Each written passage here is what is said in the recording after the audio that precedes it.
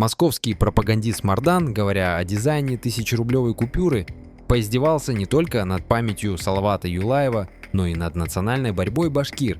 Сложно входили в состав России, армии пришлось постараться, заявляет он. Разразился очередной межнациональный срач, извините за выражение, потому что одним, так сказать, из вариантов дизайна был памятник кому? Салават Юлаеву. Салават Юлаеву. Довольно сложная фигура, хотя и важная в истории башкир.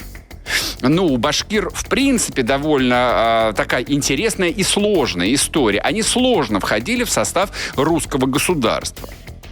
Русской армии пришлось изрядно постараться для того, чтобы башкиры в какой-то момент почувствовали себя частью этой страны. Не отдельной, не кем-то отдельным, а частью.